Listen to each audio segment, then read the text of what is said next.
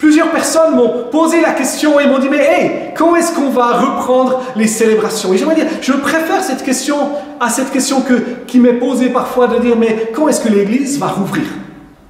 Parce que dans la réalité, la première chose qu'on a besoin de se souvenir, c'est que l'Église n'a jamais été fermée. L'Église n'a jamais été fermée. Elle a simplement changé de forme et de manière de s'exprimer. Elle est plus ouverte que ce qu'elle n'a jamais été ouverte, probablement.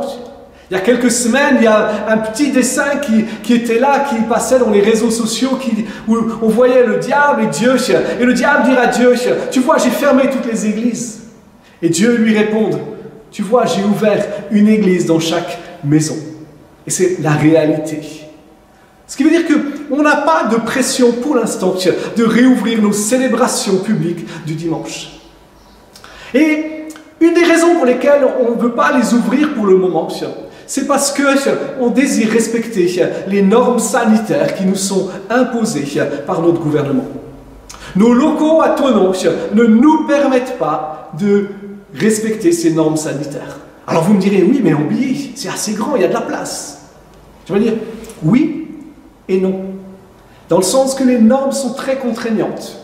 Et elles sont difficiles à appliquer.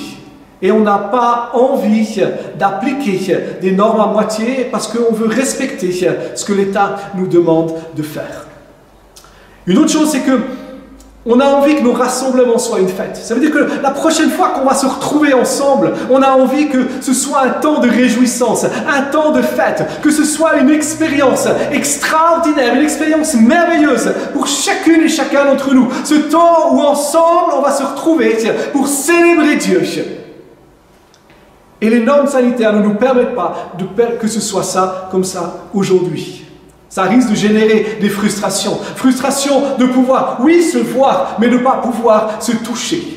De ne pas pouvoir se rapprocher les uns des autres. Ne pas pouvoir se prendre dans les bras. Ne pas pouvoir se bénir de cette manière-là. Donc, on préfère pour l'instant ne pas le faire. Mais par-dessus tout, on veut s'attendre à Dieu. Et on désire s'attendre à sa direction. C'est son Église, elle lui appartient.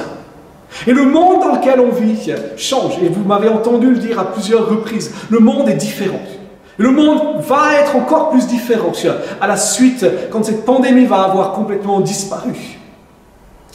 Et l'Église est ce qui est sur la planète Terre, avec cette capacité la plus extraordinaire d'adaptation. Il n'y a rien qui peut mieux s'adapter aux changements et aux circonstances que l'Église. C'est cet organisme vivant que Dieu a créé. C'est toi et c'est moi, c'est nous ensemble.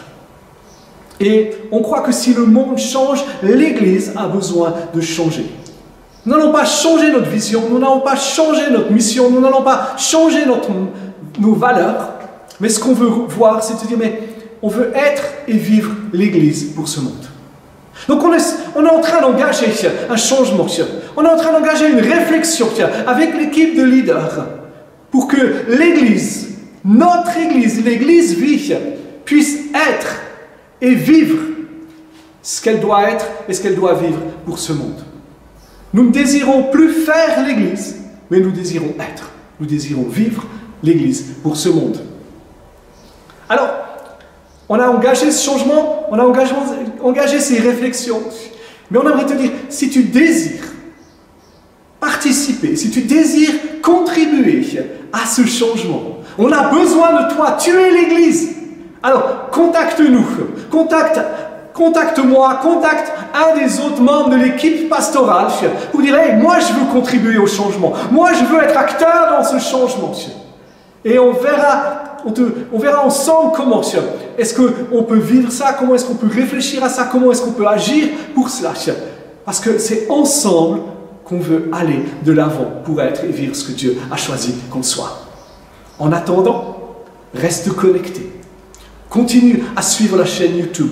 Connecte-toi sur les différents programmes ou les différentes activités plutôt qu'on a sur Zoom, que ce soit le temps de prière, que ce soit le rendez-vous avec le pasteur pour un café, que ce soit la formation le jeudi soir, que ce soit différentes choses. Continue de le faire. Et Je l'ai dit lundi dernier, je le redis aujourd'hui. Invite une famille, invite des célibataires, invite des gens, des amis, quelques-uns, pas un grand nombre, chez toi, le dimanche matin, pour être là à 10h moins le quart, pour être prêt à voir dès 10h et vivre la célébration ensemble. Bien sûr, vous respectez ce qu'il y a à respecter au niveau sanitaire, mais vous vivez cette célébration ensemble, en petits groupes, dans vos maisons, dans vos foyers. Après, vous pouvez manger ensemble. Et vous vivez l'Église. Vivons ensemble l'Église. Soyons cette Église que Dieu a choisi qu'on soit. Amen.